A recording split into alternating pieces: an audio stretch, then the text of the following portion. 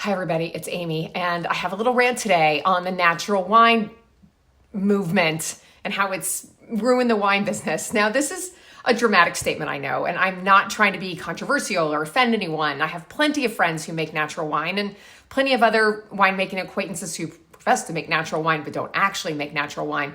And that said, in my humble opinion, the natural wine movement has, at the very least, tainted, if not kind of ruined the wine business. But let me back up because I feel like nothing can be said or done anymore without a disclaimer. So here is mine. Before anyone comments that I'm yucking your yum or that I'm not supporting women winemakers or my natural winemaking friends or that I don't understand terroir, I just want to be really clear. If you want to drink natural wine, you should.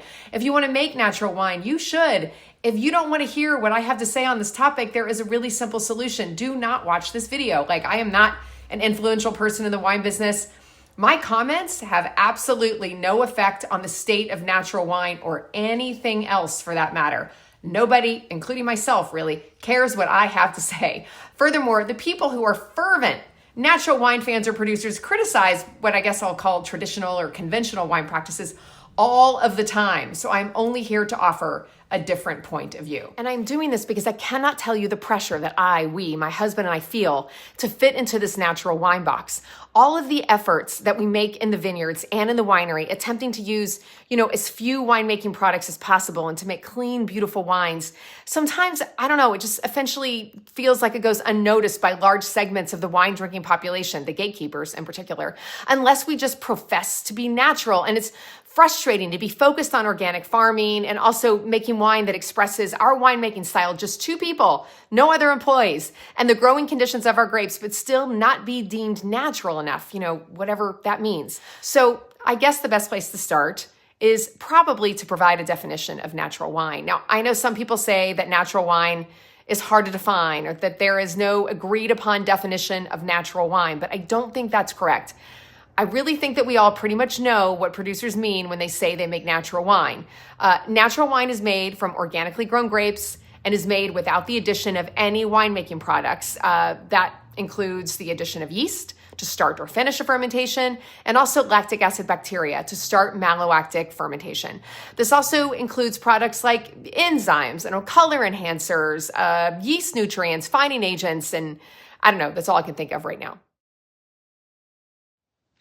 The natural wine movement has forced wine producers to lie or stretch the truth or talk in euphemisms.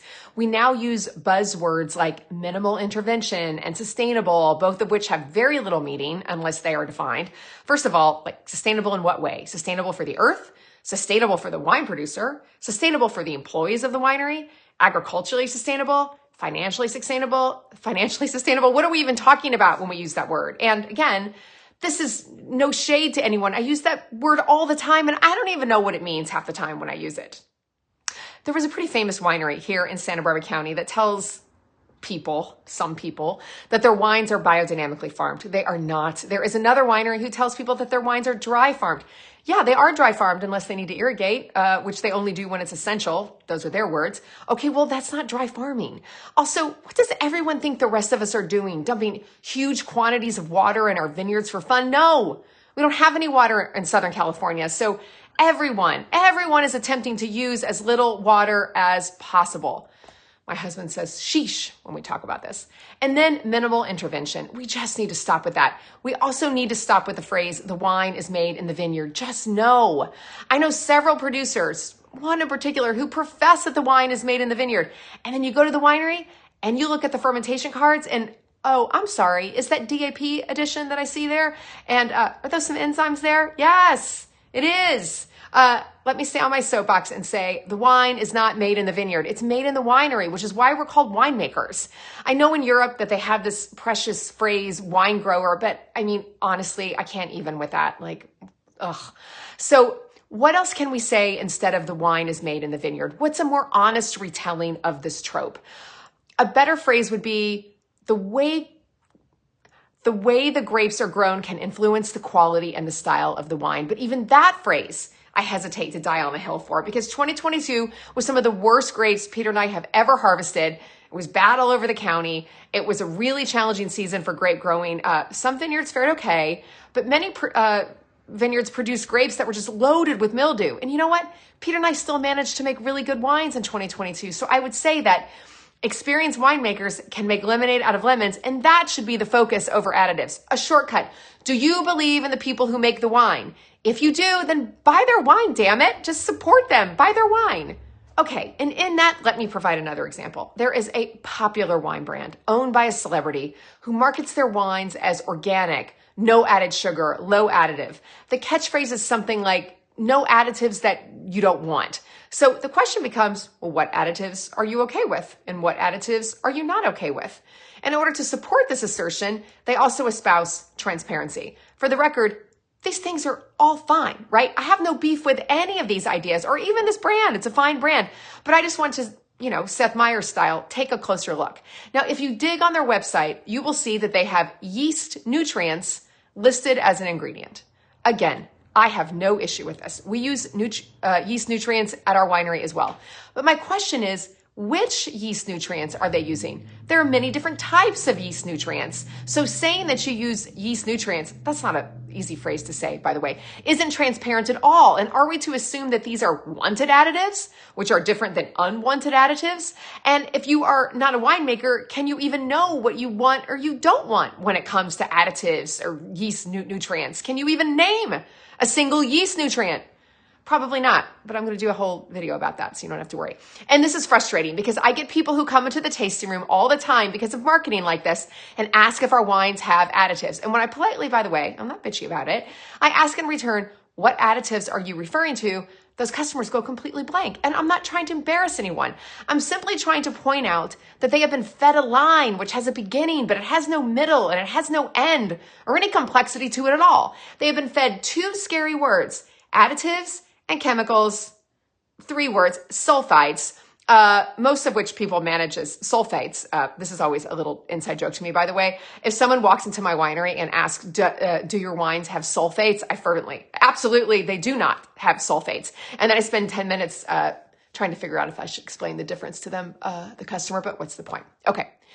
In this same vein, additives are not bad for you. They are all food grade and approved by the FDA, the same as that beef you're eating, for whatever you think about that. And hangovers are not linked to additives. And this is what really kills me. I cannot tell you how many Instagram posts I come across from wine companies who profess no hangovers with the link to no additives, and specifically sulfur dioxide. I will do a whole video on sulfur dioxide, or SO2.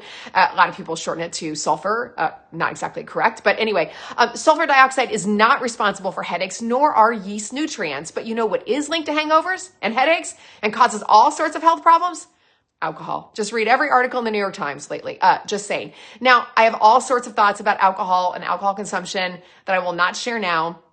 That's going to be a separate episode. But what I will say is that if you come to my tasting room eating Taco Bell and ask me if my wine has chemicals or additives, I will smile. I will pretend I do not notice that bag of trash fast food in your hand, but I will be rolling my eyes at you in my head, and I will probably shoot an Amy's Tasting Room Diaries about you because you deserve that. Okay, I don't remember if I even said I had a point 2, but this is point 3. It's a bit of an extension of point 2. Compared to the food business, consumers ask so much of winemakers. Don't add anything. Don't do anything. Be pure, be perfect, be transparent, be organic, be biodynamic. Make your wines under a full moon. Plant cover crop, then have goats mow your cover crop with their mouths. Stomp the grapes with your feet. Make the wine in the vineyard. People come into my tasting room and ask if our wines contain sulfites and will leave the tasting room if I say, yes, they do.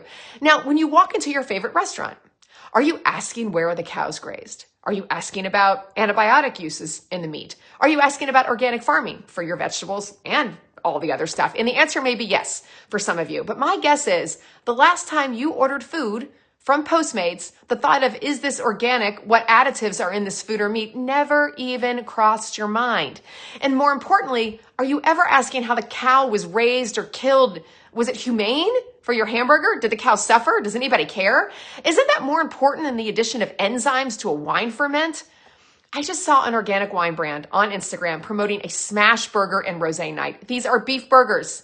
There is no reference to the meat being organic or humanely raised or beef's contributions to carbon emissions. Just organic wine, hamburger with no qualifiers. This makes me question the intensity of this producer. Do they really care about the health for you and the environment by recommending a burger night with their wine? Is that what they're promoting? Healthy wine? And what about beer? All beer is inoculated with yeast in order to start the fermentation process. Does that stop anyone from drinking beer? No, it does not. And I just think this double standard has to stop. Point number 4, clean winemaking is essential to expressing terroir. The argument in the natural wine movement that not adding winemaking agents, including yeast, better expresses terroir, I would argue that if your wine is dirty, cloudy, stinky, funky, super natty, that you are expressing the lack of winemaking and not the terroir at all. Lots of stuff can happen during fermentation and aging that has the potential to create wine faults. If your wine develops volatile acidity and smells like nail polish remover, is it expressing terroir? Well, maybe if you make wine in Italy, but elsewhere, no. And what about a low nutrient ferment where the yeast stresses and produces hydrogen sulfide? Do you want to drink a wine that tastes like rotten eggs because of some commitment to dogma? No, you don't. And this is a perfect segue to my last point. Dogma is bad. Wine producers should be able to have conversations with themselves, with each other, with consumers about additives and be honest with ingredient labeling and fully transparent. And we should work to educate consumers on what that means. So I am going to put my money where my mouth is and attempt to provide some education around additives in the winery and why they are not evil. But not in this episode because it's already too long and Jesus, I kind of need a nap after this ranting. Thanks for listening and stay tuned for more videos on additives in wine coming up.